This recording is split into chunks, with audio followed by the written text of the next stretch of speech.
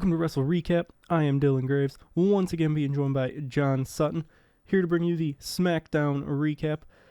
But before we get started on that, if you want to support WrestleRecap, you can like, share, and subscribe. You can comment down below and let us know how we're doing. But with that being said, let's get into it. SmackDown is live this week from Rocket Mortgage Fieldhouse in Cleveland, Ohio. Also the location for SummerSlam. That being the city of Cleveland, not Rocket Mortgage Fieldhouse. We see Logan Paul and his entourage arrive in a very discreetly branded Prime truck. You'd never know that he was trying to promote Prime. Cody Rhodes kicks off the show, though, and hits him with the, "What do you want to talk about?" He mentions Solo Sikoa within like the first 30 seconds. So say his name and he appears. Solo Sikoa comes on out. Solo, ironically, but wearing two jackets. Must have been cold. Must have. Wade Barrett made the comment that he was a fan of Solo Sikoa's jacket game. Obviously, a nod to the fact that when Wade Barrett would come down to the ring, he would have the jacket on, and then he would throw it off, kind of thing. Much like Solo did. Boom! Yeah. I miss seeing Wade Barrett in the ring. Naturally, the crowd chants for Roman, and Solo tells Cleveland to acknowledge him. So they do. They chant that Solo sucks. Seems like acknowledgement. A weird form. Yeah. Cody says that he can see the chip on Solo's shoulder. And Cody starts talking about SummerSlam, but Solo cuts him off and asks if he's done. Because his time is valuable. Looking at his fancy golden watch there. Oh yeah, he's gotta find money to pay his power bill. I mean, clearly Tonga Loa needs to be replaced because he ain't holding up his end of the bargain. He ain't doing shit. Cody calls Solo the self-appointed tribal chief. Meanwhile, he's the actual champion. And Cody says that he sits on a throne that he once broke. Obviously in reference to him destroying the throne with a sledgehammer. Yep. I don't think most people in the crowd got it because it didn't even get a slight reaction. Solo says that when Cody beat Roman at Mania, Roman was a tribal chief that was weak. But he's not weak. He's dangerous. Solo says he's going to show Cody how dangerous he is. And then we see Jacob Fatu making his way through the crowd. Solo says that Cody keeps bringing up bloodline rules. So how about at SummerSlam, their match is bloodline rules. Of course, Tama Tonga and the infamous botch machine Tonga Loa also enter through the crowd to the ringside area. You mean Bachaloa? Pretty much. Cody tells all three of them, one by one, that he's not afraid of them, even going as far as calling Jacob Fatu a, quote, dumb son of a bitch. He also does reference that he's got history with Tama Tonga, history that some people don't even know about, obviously referencing the Bullet Club. Cody accepts Bloodline rules for the SummerSlam match. And Solo says that if he snaps his fingers, these three guys will tear Cody apart. I mean, Jacob Fatu and Tama Tonga probably would. Tonga Loa would probably trip over the ropes trying to get in. Tonga Loa would just run away and say, "Oh, we were fighting."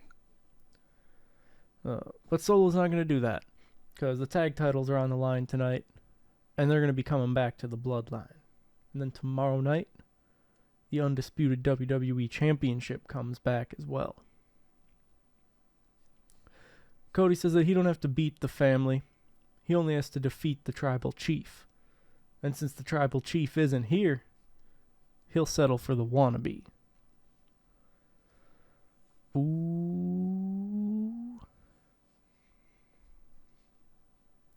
Ouchie.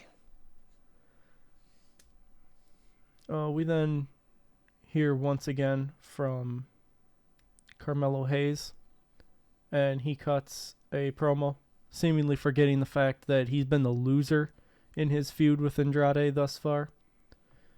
But he says that it'll be Melo in 3, Melo in 5, however many times Andrade wants to do this.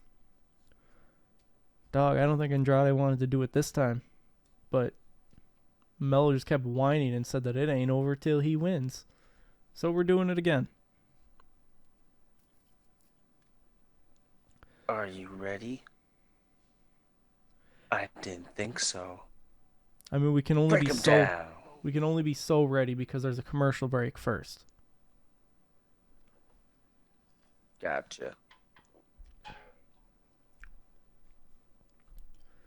But so the match gets underway, and they lock up to start before exchanging some chops. They make sure to tell us that Andrade is the current reigning Speed Champion, but for some reason they're still not allowed to wear the belt to the ring on the main shows. Andrade takes control with a drop kick, and they trade suplex attempts before trading roll-ups. Andrade goes for the message, but Melo flees from the ring as we head into a commercial break. Coming back from the break, Carmelo Hayes is in control, and I noticed that green shirt guy is in attendance. So, as always, shout out to green shirt guy. See you at SummerSlam, bro. Most likely, if he's at SmackDown. I mean, same city, so I don't see Yeah. why not. Melo hits a springboard clothesline for a near fall, and he locks in an arm submission, but Andrade works his way out of it. Andrade hits a dragon screw and a flying forearm, but Melo dodges the corner knees. Andrade went for the springboard Spanish fly, but Melo drops down and kicks his legs out from under him. Melo then transitions to go for nothing but net, with Andrade kind of just hung from the ropes, but Andrade dodges that.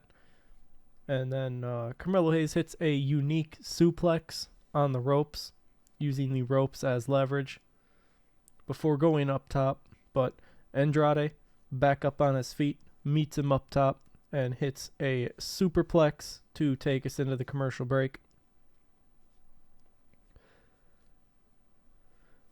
On the other side of the commercial break, they trade chops once again, and Andrade sends Melo out of the ring and hits a moonsault before sending Melo back into the ring.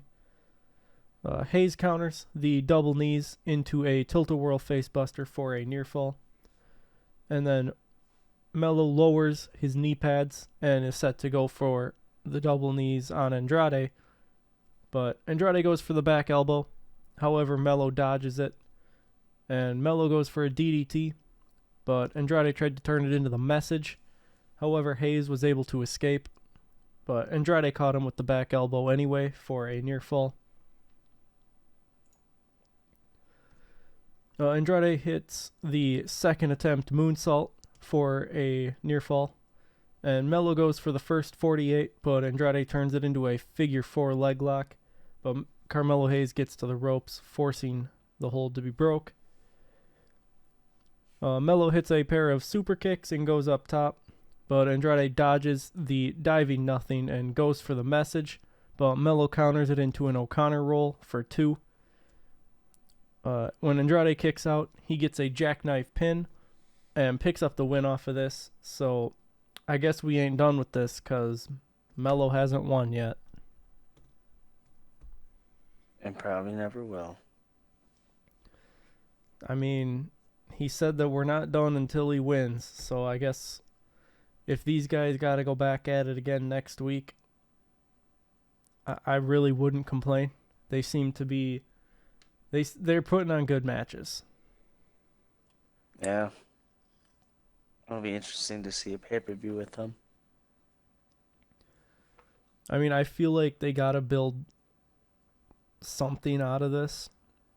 Like, they were both talking about the U.S. title, so I mean, they kind of it seemed like Andrade was being built up to be LA Knight's first challenger.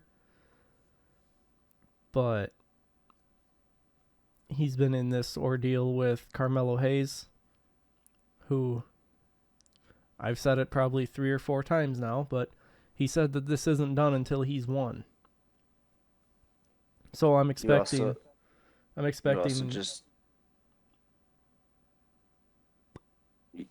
You just mentioned that it was going to be LA Knight's first challenger, so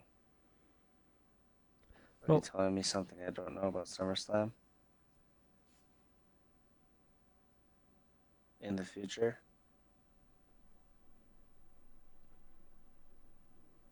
I mean, I'm like predicting LA Knight to win. Okay.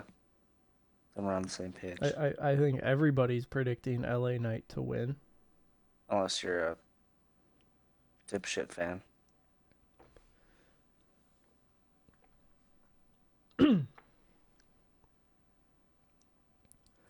But obviously I'm expecting to see these two guys end up going at it again next week, because Carmelo Hayes will have to go and cry about it again.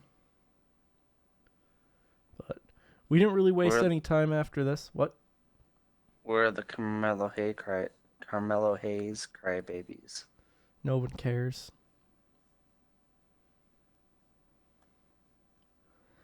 We didn't really waste any time after this.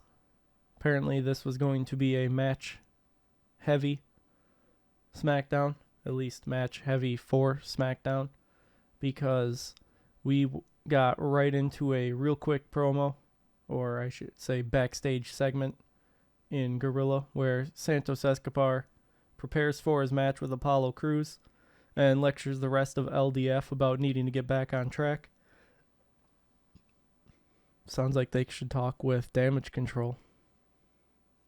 Yeah. Following this, Santos heads down to the ring, and we head into the commercial break. When we come back from the break, Apollo Crews is only getting like a quarter of an entrance because he's already down at the ring. This is a relatively short match. Santos starts fast with a drop kick and begins targeting Apollo's back and ribs. Santos hits a tope and gets a 1 count out of it. Crews starts to fight back, but Santos seemingly thumbs his eye to maintain control. Santos hits a tilt-a-whirl backbreaker for a near fall. Crews fights back though and hits a belly-to-belly suplex. He also hits a pair of clotheslines, a kick, and a big boot, followed by a jumping clothesline. And then Angel,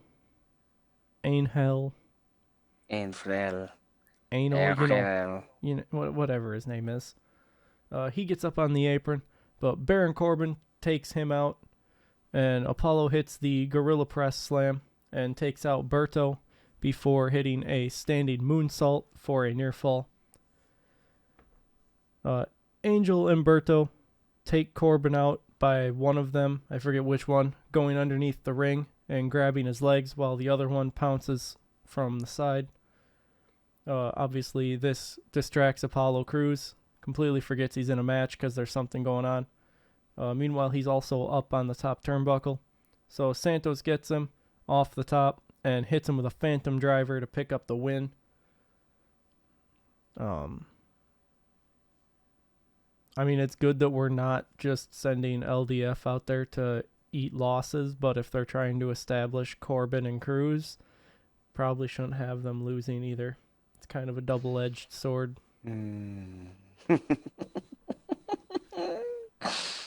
LDF losers. I can't think of the rest of it. But the L's gotta stand for losers, right? Because that's all they pretty much have done except for this match. You know what? When I figure it out, I'll let you know. Okay. You got the L down though. You just got to think of yes, D we and got the F. L. Yeah. You got the easy part. If I don't get it by the end of this episode, if anyone out there's got something, holla at you boys. Also, like and subscribe. Shameless plug. Byron Saxton is backstage with Jade and Bianca, and Byron asks them how confident they are. Jade says that they're very confident, and Bianca reminds us that they didn't get pinned to lose the titles to begin with. Then we head into a commercial break. Obviously there's more to that, but we're paraphrasing. When we come back from the commercial break, it is Logan Paul's Cleveland homecoming, although I'm still not quite sure that Cleveland has claimed him so much as he has claimed Cleveland. So even though his house is in Puerto Rico. Yeah. Nick Aldis invites Logan Paul down to the ring, and the crowd is not very welcoming at all. Surprise, surprise. What? I should also note that there's 3 random people standing in the ring. Nick Aldis says that they are dignitaries, Cleveland dignitaries, but there's more on that in just a moment. Logan Paul makes a pretty shitty gay joke when he gets to the ring. Not quite sure what it was, but I just remember thinking that it was pretty dumb. Logan Paul says that he represents the city, and he is the city. I thought he was a person. I thought the city was a physical thing that doesn't move. That a living, breathing. Maybe it's like Bikini Bottom, and you can just take it. Push it over there. And push it over here. Logan Paul. Alaskan bullworms. Yeah. Logan Paul's not very keen on the lack of appreciation he's receiving, and he calls the audience a bunch of tryhards who never made it, just like LA Knight. And Logan Paul says that he can't relate to them because he made it. We're then informed that apparently Logan Paul brought these quote-unquote Cleveland dignitaries, but Nick Aldis ran their names in his Google machine, as he said, and he started to say that he couldn't find any real info on them, but of course Logan Paul cut him off and said that he's not from around here, so he doesn't get it. Neither are you anymore, bruh. I mean, Logan Paul ain't from around there either, but we'll get to that shortly as well. Logan Paul announces a championship banner to be hung in the arena in his honor. And so they reveal the banner, but it's been defaced with a giant... Yeah. Following this, LA Knight comes out, and he says that they're less than 24 hours away from Logan Paul losing that title. And he points out that Logan Paul isn't even from Cleveland. He's from Westlake. Logan Paul says that it's a suburb of Cleveland. Not the same. Definitely not the same. I mean, it's not the same. When you grow up in a suburb, you do not relate to the people. That's not the same. I mean, we're not a suburb of anything. We're the middle of nowhere. But typically, if you grow up in the suburb, you don't relate to the people that grow up actually in the city. So Yeah, you get to go to private golf courses and stuff. Membership only stuff. LA Knight says that since he ruined the first banner, he'll go backstage and get him another one. And the first people that LA Knight comes across is Pretty Deadly. He asks if they've got a banner for Logan Paul, but they just want to promote their upcoming play, Pretty Deadly, the musical. Seems like they already got a script going. We're still just working out that funding issue. Getting there. Yeah, we're getting there. We're working on the funding issues. We're getting there though.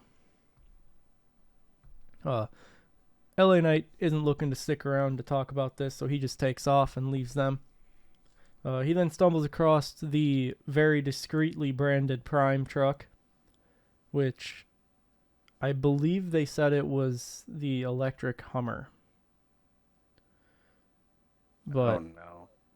Nonetheless, he says that Logan Paul's head is so empty that they're going to put a Spirit Halloween in it. And obviously we see that Logan Paul has left the ring to head backstage to try and stop LA Knight from taking his truck. And the way that they actually timed this, where LA Knight said that he's such a dummy, he's going to be coming running back there, and he's like in 3, 2, 1, and as soon as he said 1, Logan Paul gets through the curtain at that time. Like, the timing was just perfect. Obviously, impeccable, really. Yes, quite impeccable.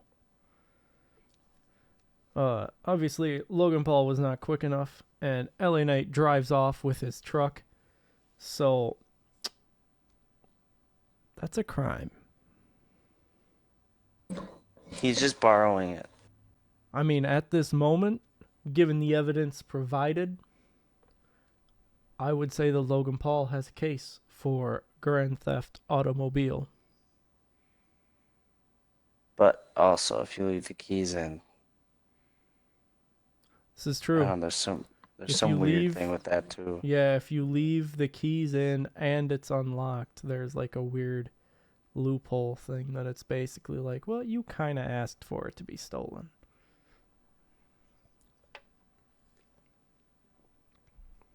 Yeah, because I didn't think anyone would steal my 1988 Ford F-150 with rust holes in it. Sorry, officer.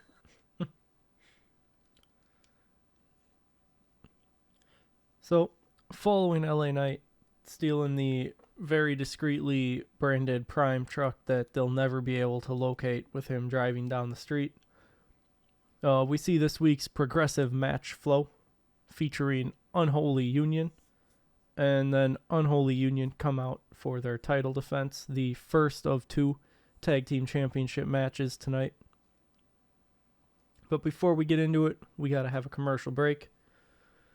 And on the other side of the break, Logan Paul wants Nick Aldis to make an ordeal out of this because LA Knight took his truck. And Nick Aldis says that he'll take it up with Logan Paul's, and he did the air quotes, dignitaries. I don't think Nick Aldis is taking this as seriously as he should. I mean, this is actual crime. Crimes are being committed. Yeah. What kind of show is he running? I mean, he allowed Tama Tonga to crash into Kevin Owens. He allowed LA Knight to steal Logan Paul's truck. He allowed Drew McIntyre, who was currently suspended, to show up and just beat up CM Punk. Like, clearly, if you're looking to commit crime, SmackDown is the place to be. He's just kind of like, you know what? If they don't die, we're fine. Which is funny you should say that because Raw is the only place that you can end up with a bullet in your skull, but then come back out the next week and win a match. And then tag with a new team and start a whole totally different lifestyle. Yeah. Bro Wrestling's took a a bullet weird to the world. head and bro took a bullet to the head and decides that he's not going to live his life better. He's going to live it worse. For sure. It's the wacky and weird world of wrestling. That's a lot of W's. Check it. They're all W's. Except for and. Yes. All W's. Anyway, we get into the Women's Tag Team Championship match. Unholy Union defends against Jade and Bianca. Which, if I was a betting man, I would have bet money on Jade and Bianca. And boy, am I glad that I'm not a betting man.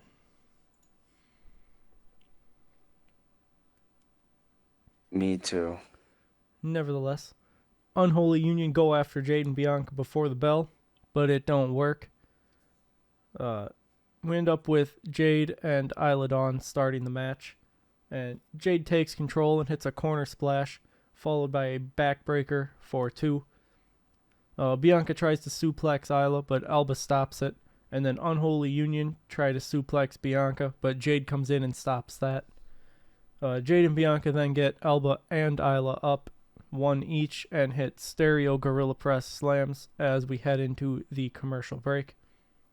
On the other side of the break, Unholy Union have taken control, and Jade tries to tag out, but Isla pulls Bianca down to the floor, preventing the tag from happening. Unholy Union hit a backstabber swanton bomb combination for a near fall, and go for a suplex, but Jade counters and hits a double suplex. That would be, she suplexed them both, in case you were wondering. Bianca gets the hot tag, though, and hits a double crossbody before taking both Alba and Isla down. Bianca piles them up in the corner and hits the corner-mounted punches. She then hits a spine buster and her handspring moonsault for a near fall, with Isla Dawn saving the match. Isla sends Jade out of the ring, but Jade lands on her feet and pulls Isla out with her and proceeds to hit her with a super kick. Alba rolls Bianca up for a near fall. Bianca gets Alba up for the KOD, but Blair Davenport appears at the ringside area and sends Jade into the steps to force a disqualification. Therefore, Unholy Union retain their titles. And not gonna lie, I was expecting Naomi to come out, seeing as the last person Blair attacked was Naomi.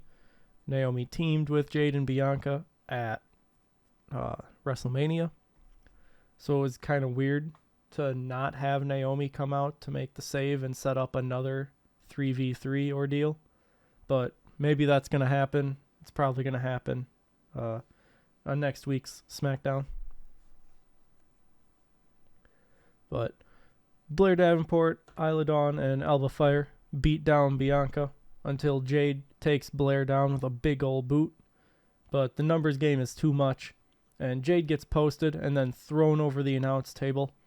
And Jade lands very hard behind the table after she bounces off of Wade Barrett's chair, and she ends up landing on her neck. So hopefully all is good there, but that looked very rough. And we could hear Corey say that they need to get help out there. Obviously, that could very well be just like part of the show, but it could also very well have been a serious thing due to the way that she landed. You don't want to mess around when it comes to the neck. Just ask. True that. Yeah, just ask Big E.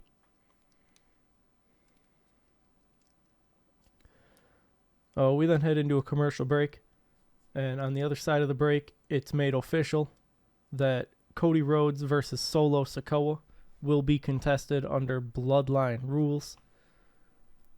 They run through the SummerSlam card again for us, and we're shown that Braun Breaker speared some fool at the Pat McAfee show.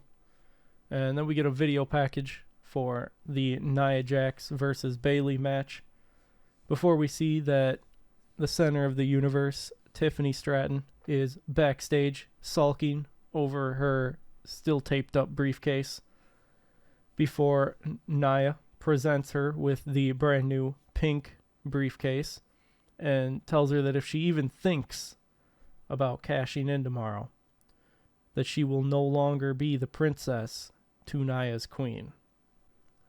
Following this, Chelsea Green and Piper Niven show up, and Chelsea says that she'd change the font, upgrade the crystals, and make it a pale green color. While she's saying this, Tiffany Stratton is like dry heaving at the idea. And Tiffy says that the green is not Chelsea's color, and then leaves. So obviously it seems like Chelsea Green is going to be trying to get her hands on that briefcase. I know they've done matches in the past where the Money in the Bank holder has put the briefcase on the line like it was a title. Didn't Cena do that? Or challenge for it or something like that?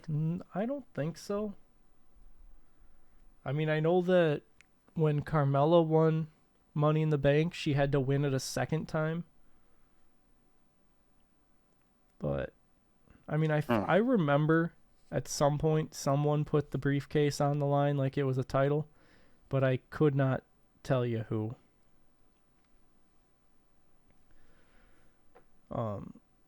But I would not be surprised if that is the direction that this goes. Now it's time for the main event of the evening, the WWE Tag Team Championship match. The Bloodline, being represented by Tama Tonga and Jacob Fatu, challenge DIY for their newly won Tag Team Championships.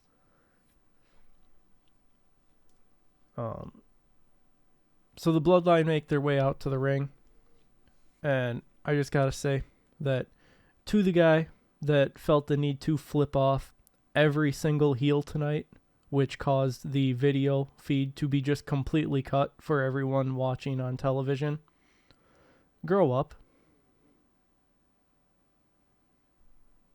Yeah. Like, every time a heel came out, the video feed got cut because this guy felt the need to wave his big middle finger at them. And it wasn't a one to the sky either. Yeah, no. It was a one to the face. A middle one. Yeah. But after the Bloodline comes out, we head into the commercial break. And when we come back, Tommaso Ciampa and Johnny Gargano cut a promo backstage while they're heading towards the ring. Basically, introducing themselves to the Bloodline, who maybe don't know who they are. Tommaso Ciampa is the Blackheart, and Johnny Gargano is Johnny Wrestling. And why am I just now realizing that the beard in Ciampa's logo spells out his last name? I don't know. Did you notice that before? Nope. Yeah. Look, like next time you see the logo, just look at the beard, and the forming of the beard, like all those lines, it says Ciampa. That's weird. Huh. What's even weirder is how you were just talking while it showed you muted. Yeah. Some spooky shit going on up on here. Spooky.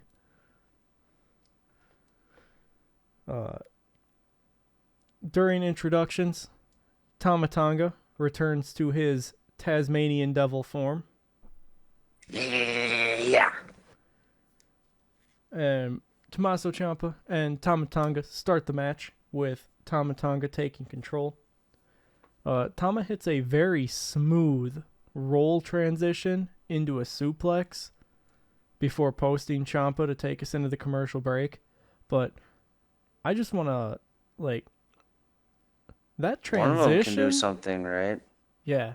Like, that transition, like, I think he goes off the ropes and then slides down to his knees and gets the arm over his head and pops back up and just quickly hits the suplex. That was smooth as silk.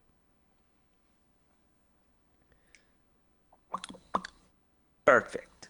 Every last bit of it. Yeah. Like, if that became a regular part of a Tama Tonga match, I am here for it. But yeah. Don't you mean yeah? Yeah. Now Tongaloa, I hope he's watching.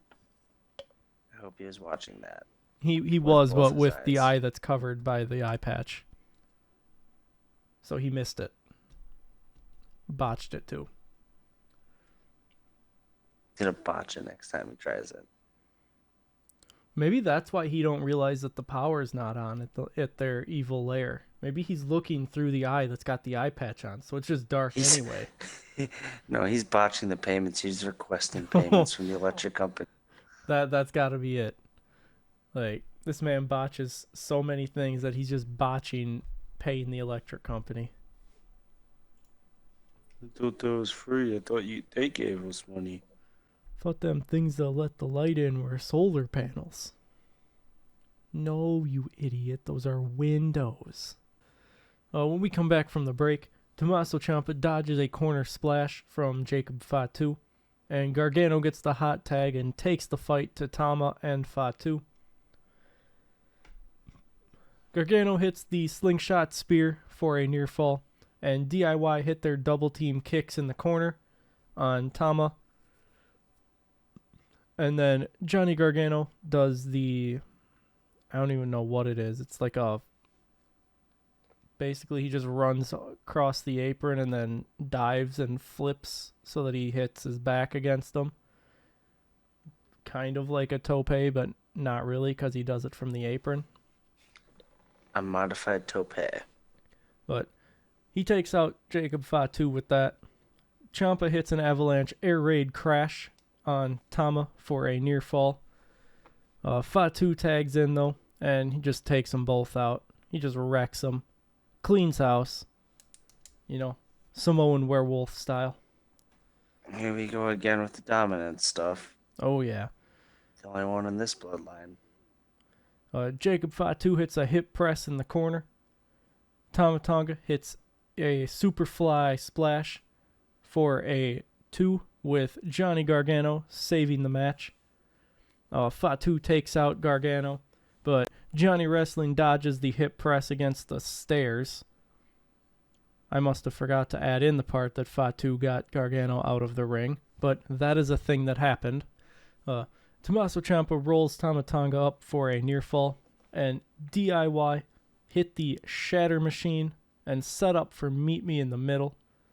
However, Tongaloa finally opens his other eye, realizes that he should be doing something, and he gets up on the apron to distract the ref because obviously we don't trust him to do any moves. None. And he starts distracting the commentators. Would have been funny.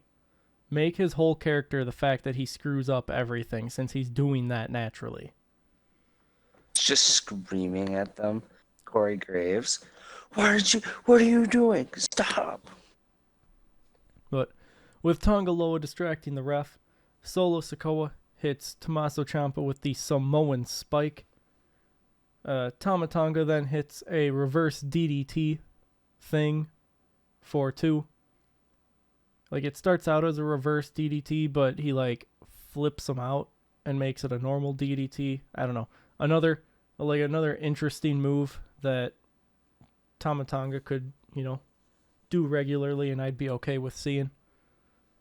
Tama Tonga and Jacob Fatu beat down Johnny Gargano, but Gargano hits him each with a super kick. He also gives one to Tongaloa before taking Tama Tonga out with a S-dive. Johnny Wrestling gets back in the ring and he hits a Poison Rana on Jacob Fatu, but it's already been well established that head bumps don't mean anything to Jacob Fatu, so he no-sells the Poison Rana. Fatu hits a super kick, followed by a pop-up Samoan drop, and then caps it off with a moonsault and an implant DDT. Words. Hard. I don't know. I like the DDT. The Sounds DDT. like a fun move. Yeah. The implant DDT. Yeah. But the implant DDT, and it's actually not even a word. I'm pretty sure it's an acronym. Like, I'm 99.999 line over the top % sure that it's an acronym for something. But he hits that and picks up the win. Obviously, I knew it was coming because they had to give the Bloodline something here. Solo's not gonna win at SummerSlam. He's not the one to defeat Cody Rhodes. So they had to give him the tag titles here. But it's still absolutely ridiculous to finally give DIY the tag titles just to have them lose them, 2 weeks later? Or was it only 1 week? I don't know. They should have just had 2 weeks, because last week was the qualifier. Yeah. No, 3 weeks, because first they won, then they defended against A Clown Down Under, then the qualifier. So, yeah, 3 weeks. All that qualifying stuff to Yeah. build up absolutely nothing again for these tag titles. I mean, now they kind of mean something, but their run meant like them tag titles were nothing. I mean, no, I don't think that any of the tag team championships, whether it be the World, the WWE, or the Women's, I don't think any of them have been defended on a PLE card since Elimination Chamber. And Weren't they defended at WrestleMania?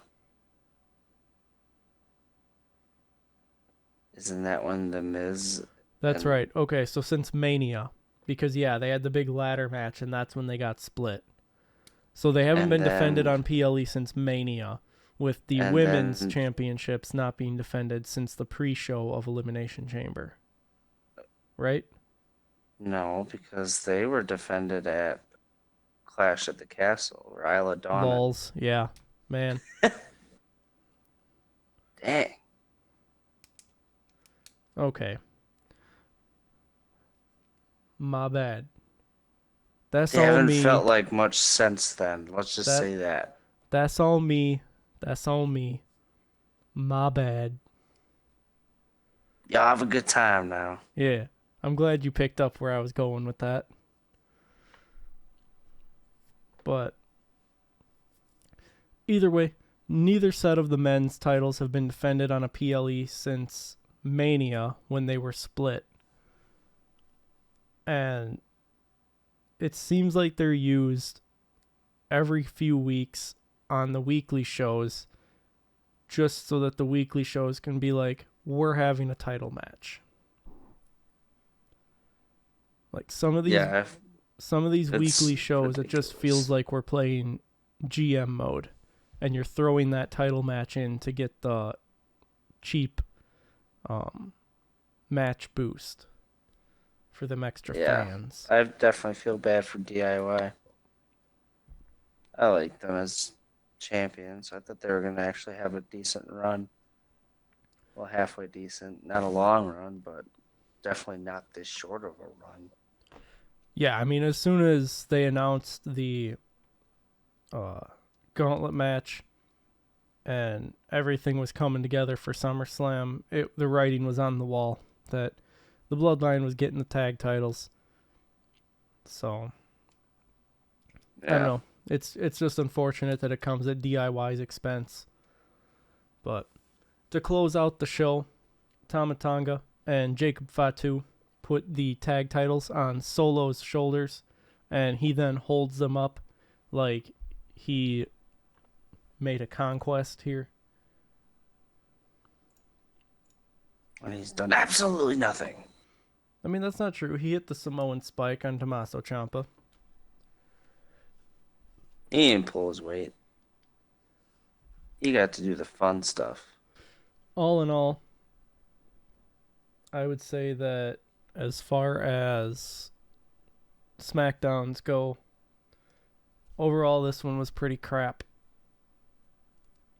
I mean, nothing real energetic about it. It did what it needed to do to get us to SummerSlam, but it definitely, all of this stuff felt like they blew their load already, and we were just like sitting in limbo to get to the end of all these stories. Which, yeah, you prefer the end to happen at the PLEs, but you don't want to hit almost to that peak and then have a long stagnant line. You want that steady progression up, and we've not had that these last couple weeks. We'll get there. I mean, SummerSlam's gonna definitely ramp people back up again. So yeah, I mean, the product can't stay hot all year long. It's 52 week a year ordeal, so there's going to be boring spots. But all things considered, it was a decent enough show, but compared to what we've had in the last month, there's definitely been better. Very true. That concludes the SmackDown recap. Once again, I've been Dylan Graives. He's been John Sutton. This has been WrestleRecap. If you want to support WrestleRecap, you can like, share, and subscribe. You can comment down below and let us know how we've been doing. You can click on the video. Should be floating on your screen somewhere. But until next time, goodbye.